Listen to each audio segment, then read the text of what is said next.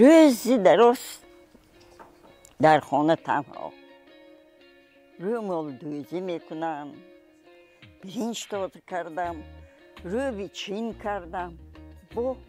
با سیخ من نمیدونم یا با یگون دوگانم تلفن کرده دو دهن چخ کنم نمیدونم کدومش خواننده باشده کن. چیکار کنم نمیدونم. زیخ شو میشوم برای زخش که اینها کار میبیاد و امی خانه بیاد فرزندم انسانه خانه پور میشد و زیخ هم میبروید. مادر جان سرا مادر جانکم السلام علیکم مادر جان. و علیکم شما سلامت بردمکک هشتید مادر جان میدونه چی؟ الکه زردالی خندق پخته است. من میدونه که شما زردالو رو دوست میدارید. شما زردالو رو دوست میدارید مادر جان؟ من باشم شما رو. مادر جان که خودم رحمت سرم رحمت. مادر جان او چرا طبتون خیره؟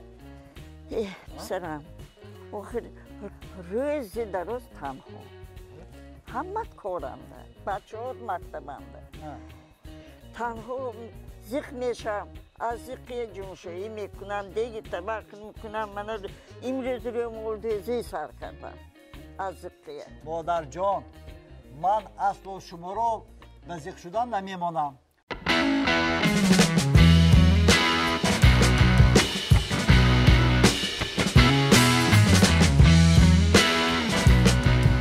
مادر جان من اصلا شما رو به زیخ شدن نمیمانم. حاضر عصر 21 میدانید در شبکه‌های اجتماعی فیسبوک گفتن چیز است؟ فیسبوک؟ بله مادر جان نامش فیسبوک. حاضر من شما رو پیوست میکنم. انا بعد مادر جان دکم از تمام خبرهای دنیا با خبر میشوید. در اینجا یار دوستان دوگانه ها شاید که همسنف ها باشن از همه اساسش مادر جان میتوانید در اینجا کینوها رو تماشا کنید. نخواه و شما ششمخان رو دوست میدارید. تمامی سرودهای ششمخان در همینجا مادر جان. حاضر پیوست میکنم مادر. براستی؟ حاضر. مادر جان که من اصلا زیغ نشید. چیکار میکنید کاری بسیار کرده.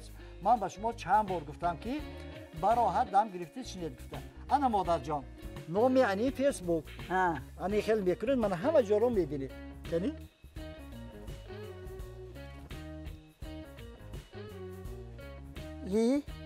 های بسرم ربا همه شناسا در اینجا یو کنی کی؟ خالت هم دلبر همین جنبه ایه و اینا هم صنفتون که مادر جان انکنون میتوانید زیغ نشوید و هر بار با این کس من نویس کنید صحبت کنید چخ کنید مادر جان. کنی بینه چی با کی هستن؟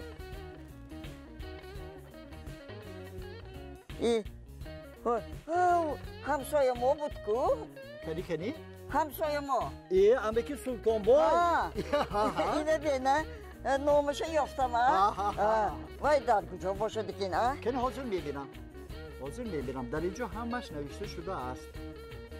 مادر جان میدانید این کس در خطای انا این رسوای بینید انا اونجا تجارت کشو دیگه.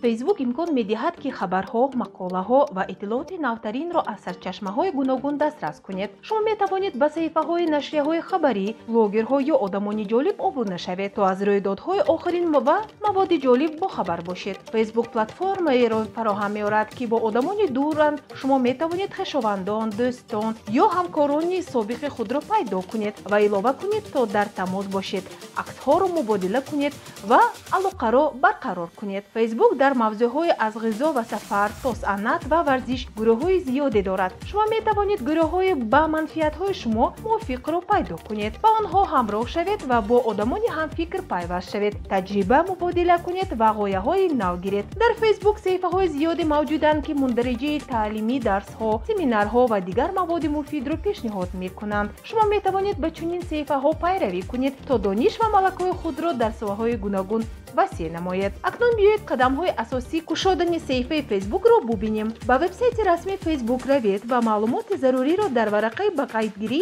аз ҷумла ном, насаб, суроғи почти электронӣ ё рақами телефон ва пароли худ пур кунед. Барои профили худ акси хубиро интихоб кунед то корбарони дигар шуморо шинохта тавонанд. Маълумотро дар бораи худ пур кунед, масалан дар куҷо зиндагӣ мекунед, таҳсилот, манфиатҳо. Ин ба корбарони дигар кӯмак мекунад ки бо шумо беҳтар шинос шаванд. Шумо метавонед танзимоти маҳфияти худро интихоб кунед то муайян кунед ки кадом маълумотро дар барои худ бо корбарони дигар мубодила кардан мехоҳед ва ки фаъолияти шуморо бубинад.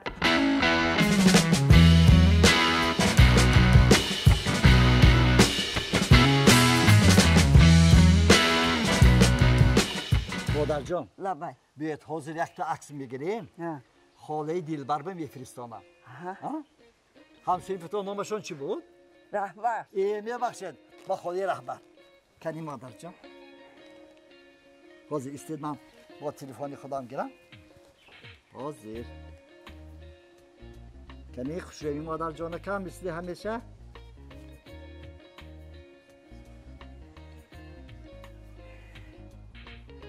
کنی مادرجان های پسره او این رسما میگیرد یه خودی حاضر میگیرد مادرجان کنی تبسم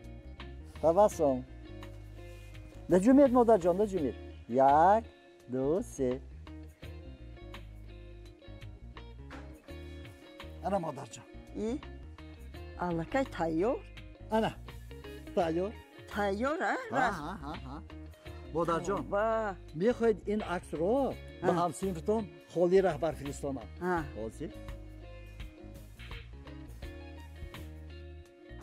انا با واسطه واتساپ ملکه رفت مادرجان عجیب شاید اون کس میبینه خرسند بشه و شما بعد مینویسم مادرجان مادرجان کم همین را گفتم مانم که این فیسبوک یک چیز نقص معاشرت میکنید گفتم تو گپ میزنید صحبت میکنید تماشا میکنید از خبرها با خبر میشوید کسانی که به شما برای دوستی درخواست میفرستانند همه‌شون را قبول نکنید اول سنجید ندیده و ندانسته قبول کردن نگیرید مادرجان در اینجا شخصانی فیکی میگویند من در این باره به شما میگویم آنها صورت پرنده‌ای میمونند صورت ماشینی میمونند آنها شخصانی بیگانه فقط اون نفرانی که به شما شناس هستند یا دیدید که من مثال یگان شاعر هستم معلمای دانشگاه عموما ستارهشان به شما شناس هستند آنها را به دوستی قبول کنید انا بعد میتوانید دقت نشده با آنها چخچخ کنید صحبت کنید مادرجان فهمیدم یه مادرجانه که خدا فهمیدم бо одамоне ки шумо намешиносед дӯстӣ накунед. Ҳангоми қабули дархостҳои дӯстӣ аз одамоне ки шумо шахсан намешиносед эҳтиёт шавед. беҳтар аст ки танҳо хешовандон, дӯстон ва шиносонеро илова кунед ки шумо дар ҳаёти воқеӣ ба онҳо муошират мекунед. ба маълумоти шахсӣ эҳтиёт шавед. маълумоти аз ҳад зиёди шахсиро дар профили худ мубодила накунед. ин метавонад суроға, рақами телефон, маълумоти молиявӣ ё дигар маълумоти ҳассосро дар бар гирад. хусусан ба маълумоте ки шумо дар шаҳрҳо ё паёмҳо ҷойгир мекунед эҳтиёт бошед. ба гурӯҳҳо ва каналҳои шубҳанок обуна нашавед. ҳангоми обуна шудан ба гурӯҳҳо ва каналҳо эҳтиёт шавед. ба паёмҳои шахси шахсони бегона ҷавоб надиҳед, хусусан агар онҳо аз шумо маълумоти шахсӣ ё кӯмаки молиявӣ пурсанд.